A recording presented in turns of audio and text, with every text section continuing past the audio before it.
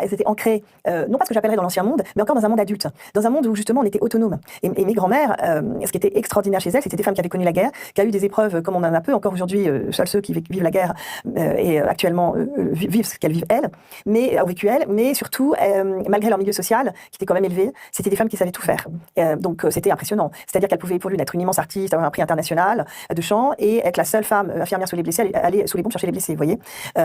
Et puis bon, une femme très moderne, par ailleurs, et très traditionnelle en même temps, en faisant les meilleures confitures de la terre, sachant jardiner, absolument tout faire, tout en ayant ce côté artiste ou sachant travailler. C'est des femmes qui parfois pouvaient être veuves, sachant éduquer leurs enfants toutes seules. Donc des femmes incroyables, sans avoir ce côté revendicatif des femmes d'aujourd'hui, des femmes qui savaient trouver du travail, faire les choses par elles-mêmes, tenir tête aux hommes, et tout ça sans avoir rien à revendiquer, dans une parfaite féminité. Donc là, c'était suite à l'interview de Salsa Bertin sur la chaîne du Livre Noir, qui nous parle, alors j'ai plus le terme, mais c'est pas le survivalisme, mais c'est voilà comment revenir un peu aux sources en cas de changement de paradigme. En gros, si notre société s'effondre. Et en gros, là, sur ce passage, elle valorise ses grands-parents, surtout les femmes, comme quoi elles savaient tout faire, elle avait un côté à la fois aristocratique, mais voilà, qu'elle savait tuer le poulet, faire à manger, cultiver la terre, etc. Mais ce genre de discours, il est ridicule, parce que déjà, à son époque, tout le monde savait tout faire, en fait. Enfin, déjà, les femmes, là, elle était aristocrate, donc je suppose qu'elle n'avait pas de boulot, et comme la plupart des femmes de l'époque, même qui étaient pas aristocrates, du coup, elles avaient pas de travail, parce que c'était majoritairement les hommes.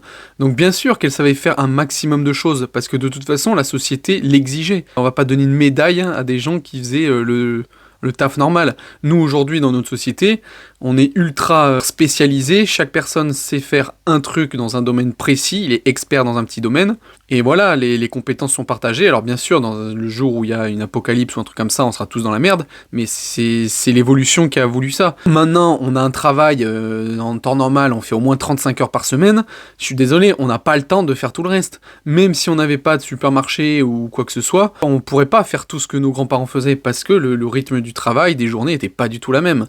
Voilà, qu'est-ce qu'elles avaient qu'on n'a pas reçu et qui nous manque aujourd'hui? Déjà une certaine endurance. Je pense que mes grands-mères et mes arrière-grands-parents, les arrière-grands-parents ont fait la guerre de 14, et ces avis d'endurance que l'on n'a plus en raison du confort, un confort matériel qui ne nous aide pas en vérité. Donc c'est pour ça ce livre aussi prêche pour une forme de sobriété qui est celui aussi d'un inconfort salutaire. Vous savez, et ce n'est pas en restant toute la journée devant un ordinateur et puis après le soir dans son canapé avachi avec tous ces appareils, ces consoles, qu'on pourrait vivre ce qu'ont vécu nos grands-parents, des exodes, des tranchées, des traumatismes importants. Elle réitère en disant voilà, on serait incapable de vivre ce que nos grands-parents ont vécu, mais sans déconner, en fait on peut toujours revenir en arrière. À l'époque des hommes préhistoriques, on était beaucoup plus endurants, on savait faire beaucoup plus de choses, on était beaucoup plus débrouillards, mais parce que c'était la survie, il y avait que ça. Si on téléporte un homme préhistorique à l'époque actuelle, et si on téléporte nos arrière-grands-parents à l'époque actuelle, ils voudront tous choisir notre vie.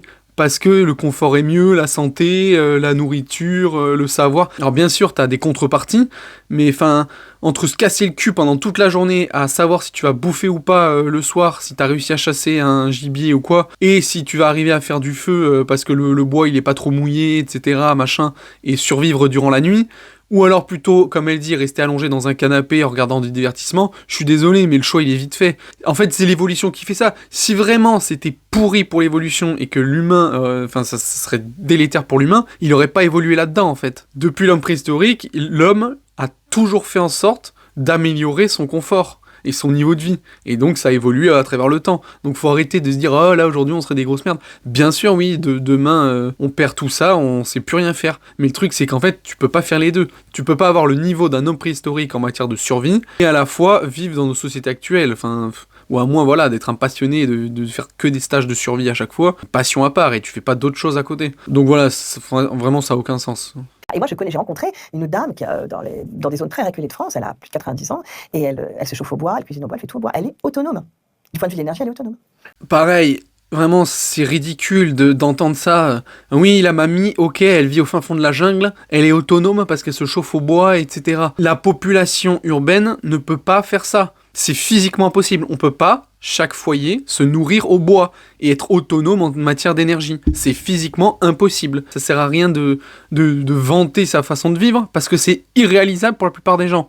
Donc elle, tant mieux, la petite mamie si elle fait ça, mais il faut qu'elle sache que si l'ensemble de la population mondiale faisait ce qu'elle fait, Ben, ça n'existerait pas parce que c'est pas possible en termes de ressources. C'est très bien s'il y en a qui le font, c'est très bien qu'il y en a qui arrivent à faire du feu avec leurs mains, c'est très bien s'il y en a qui sont autonomes énergétiquement. Faut pas en faire une sorte de médaille d'honneur, de mérite, ou alors à l'inverse de culpabiliser les autres, parce que c'est juste la société comme elle est faite actuelle, humaine, elle n'est pas faite pour vivre comme ça. Et si demain il y a une catastrophe, bah tant pis, il y aura des millions, voire des milliards de morts, mais voilà, l'humain, la race humaine est résiliente, elle survivra et elle se réadaptera, et voilà, et l'évolution continuera son cours.